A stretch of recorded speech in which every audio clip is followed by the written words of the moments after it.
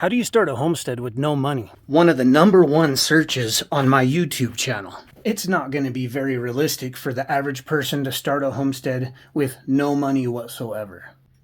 But that doesn't mean that it can't be done with a fairly small budget and some planning. The #1 thing that I see that really scares people away from homesteading is the permitting process and buying the land in the first place. I've seen a lot of people watch my channel and think that they need to start their homestead on a piece of property as similar to mine as possible to succeed, and really that couldn't be further from the truth.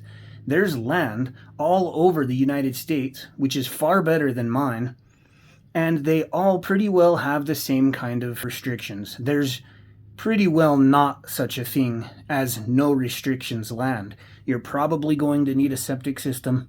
You're probably going to need permits to build a home. You might not even be able to live on the property while you build. That's pretty common, and it just needs to be part of your plan if you want to succeed. Part of succeeding off-grid for me has included having the right power station.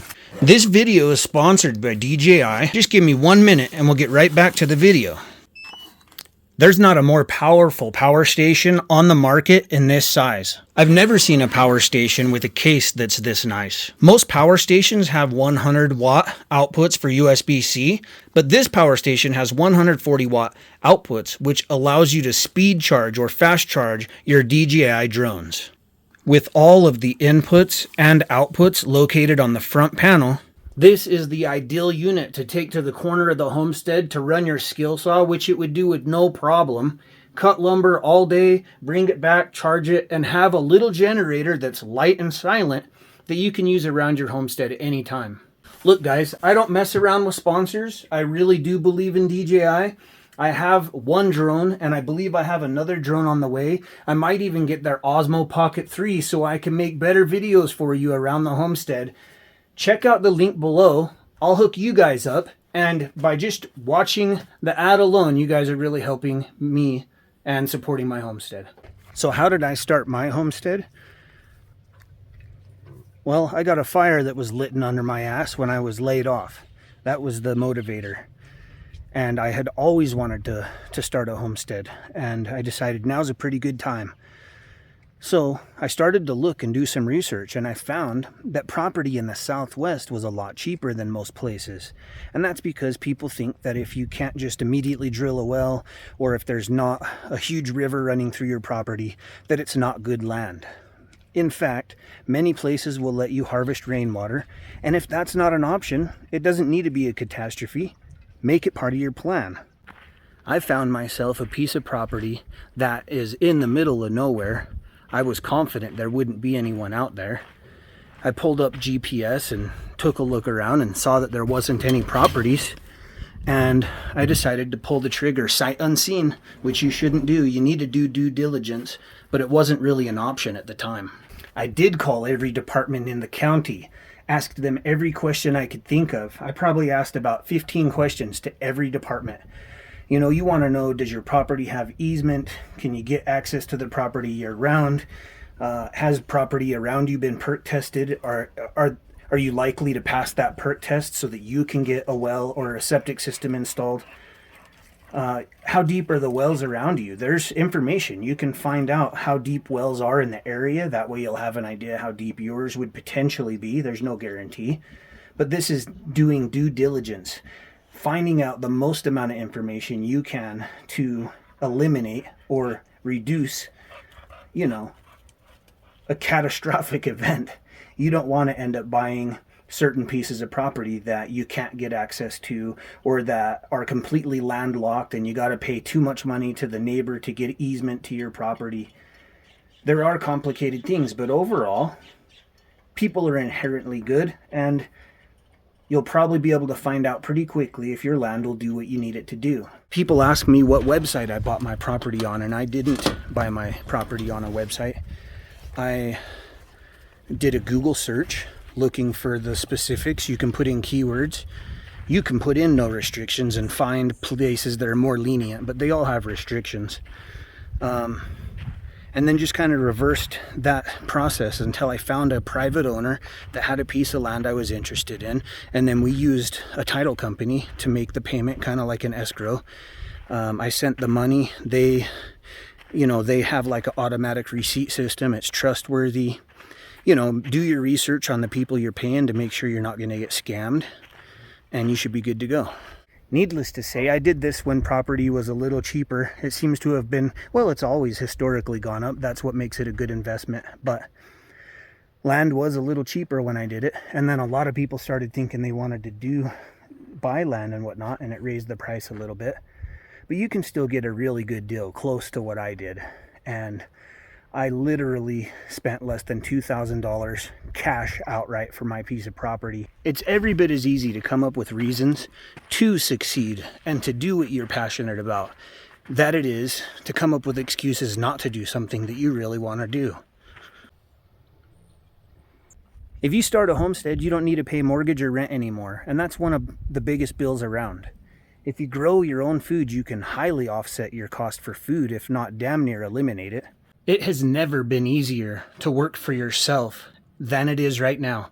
Just yesterday, I had somebody comment, hey, not everyone can do that because, they can't just sit around and YouTube will take care of them. Well, I've got news for you. YouTube is one of the smallest sources of income that I have. And this day and age, you have a YouTube, and you have a YouTube, and that other guy had a YouTube also. You have to put some work into it. So you have a YouTube, right? Is it paying you? You have to put work into it. And I know a lot of people hate the idea to work, but it's really rewarding when you do it for yourself. So anybody can start a YouTube channel. And if you're posting regular content, whether it's daily or once a week, and you're putting energy into it, and you're doing research, and you're getting better at it, it'll be one hell of a way to market your business, if nothing else. Social media is an amazing way to market your business. And then that leads me to another idea, is whatever you're passionate about. If you like to color in coloring books, just to give you the most frivolous idea ever. Oh, you're really good at coloring in coloring books. I guarantee you can make a website and sell your pictures that you simply color. And it's because as people get to know you, they'll like you and want to support you. And, people will buy your product, especially if you put effort into it and make it good. So you could be a woodworker, a welder. You could mow lawns for a living. The other day I hauled my trash out like I do a couple times a year. And I thought, gosh, if I needed some sort of income, a lot of people could make a killer income off of just hauling trash for the people in their area. So think about it. There's got to be 50 people within an hour of here, and you could make a relationship with those people and say, hey, once a week, I'm going to come haul your trash off. You never need to worry about it again. Keep it in bags, keep it nice and neat. I'll be there once a week, and you come up with your price. You reverse engineer your price. How much money do you need to make? I need $4,000 a month to get by. There's 100 people out here, just for the sake of simplicity. And so you need $40 per person to make that $4,000 a month. So once a week, you'll come out and you'll do their trash for $40. Well, actually, you would only have to do $10 each. Come out once a week for $10 each time, or $40 a month. You got your $4,000. And that's how you reverse engineer how you're going to make an income. And you can create many, many, many different sources of income. And they don't have to involve manual labor. Anyone can do this. I promise you. Look at any neighborhood and you'll find a 15-year-old kid or a 12-year-old kid going door to door with a lawnmower, and he's essentially doing exactly what I just told you to do. And any kid that runs a lemonade stand, it's the same thing. Be good to people, give them good service, under promise, over deliver, and you'll make a living, I promise you. I've lost 160 pounds since I lived off grid, and a big part of that has been my black powder tonic, which is in stock. Save 15% with code FRUGALOFFGRID. Look, I've got a bunch of packages going out to you guys. This is my herbal tea business. I sell red tea, blue tea, green tea, corn flour, black powder tonic. Those are items that I'm passionate about, and that makes it easy. I believe in them. People know I believe in them, and that's why they sell like hotcakes. Make a vlog about your lifestyle. No matter how many people have told their story, you could start a channel tomorrow that's identical to mine and you'll get a following. There's always someone that wants to hear the story again or from someone else's perspective, and you're unique. And it's just a different story from every single person. So don't think that because it's been done before that people don't want it. To recap, the first important thing is you're going to be saving thousands on mortgage and food every month. So if an example, you made like, let's see here. So if you're saving $2,000, that's $24,000 a year. So say you make $24,000 on your homestead, right? The savings you're saving also makes it, what did I say, 22 or 24. So you're making $48,000 now. It's 20, you know what I mean? Like, saving that mortgage and food money is huge, and then create multiple sources of income. And what happens is, it's a little more sporadic than a 9 to 5. You can't guarantee every Friday you're getting paid. But if every other Friday you get paid by your garbage hauling service, and 3 times a month you're getting paid from your ebooks that you've written, and then on top of that, your website, a few times a week you're getting sales, and that money comes in with a couple days or so. And so you got all these different things hitting your bank account. It makes it easier to get by, and you can get by on less. You don't have to have the flashiest car. This is another key thing. Don't waste money on a brand new truck. Buy one a few years old. Build stuff out of scrap material when you can. I didn't buy these dogs. These are all rescue dogs, except for my first dog, Incus. I bought him over 10 years ago. But the rest of my dogs I've acquired because Helga, for instance, wandered onto my homestead starving, and now she's happy and a little overweight, and we're working on that. And Stapes was given to me by the woman that brought me the pigs. She had a litter, didn't necessarily need 5 or 10 more dogs. And then this guy, Malleus, he's a Kangal. He's worth a lot of money. Highly desirable dog. Somebody had him, wasn't in the ideal situation, and wanted to pass him on to a good home. And so, you can do that in so many ways, guys. I've got a beautiful stallion, and he wasn't getting along with the other male on the ranch he was on. The other males, they weren't necessarily doing well together, and they needed to get rid of him. And so actually, I got him for free. I don't think I ever told anyone that. And you don't look a gift horse in the mouth, right? And when I got him, I thought, he needs a friend, and that little filly is beautiful. And I bought Ginger, and I bought her for like $500. So a lot of people love to give me shit about the horses because this is frugal off grid, and they think that's not frugal. That's an expensive hobby, this guy said. It's not a hobby to me.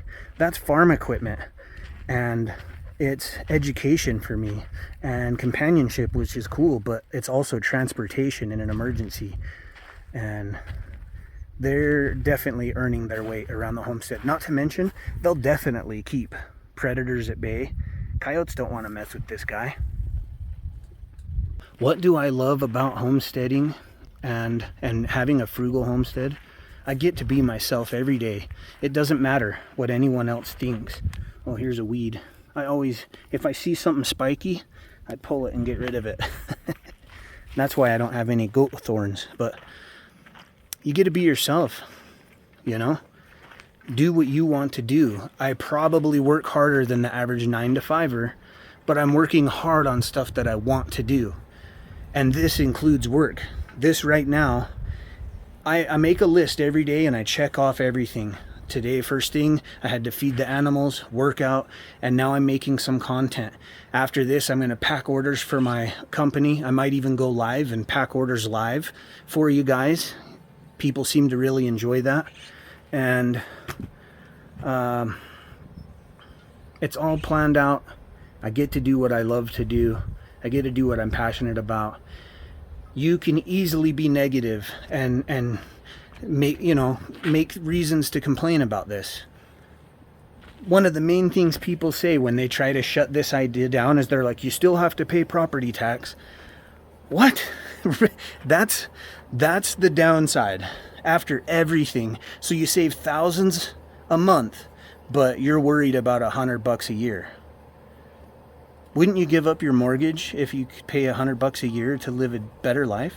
I like to do stuff people told me I can't. I harvest tens of thousands of gallons of water off of the rain harvesting surface areas on my shop and my agricultural shed. I even use the driveway and my land all the way out to the front gate, pushes water through the swells around the root cellar and down into my pond. I have a recharge pit over here for groundwater recharge. I'll build it up until I can put its own well in there, and we'll see if I can make my own little aquifer. And if I can't, I had a lot of fun doing it, and I'm putting more water into the ground, period. I have dug underground cisterns that are 3,600 gallons a piece, and they fill with water from the rain. People tell me to cover my pond and there would be less evaporation, but there's hardly any anyway, and it wouldn't be a pond. I love the pond. Swells around the property that direct water to the pond.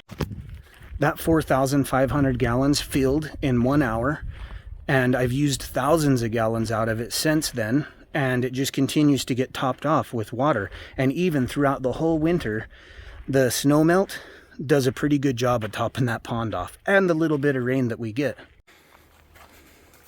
I get to grow my own meat. I know where it's been. I get to harvest their manure, make compost. I create my own nutrient-dense soil, garden, geothermal greenhouse. I'm just saying, there's a lot of reasons to do something like this, and if you just tell yourself why you should do it, I think you can work it out and make yourself a homestead with the least amount of money possible.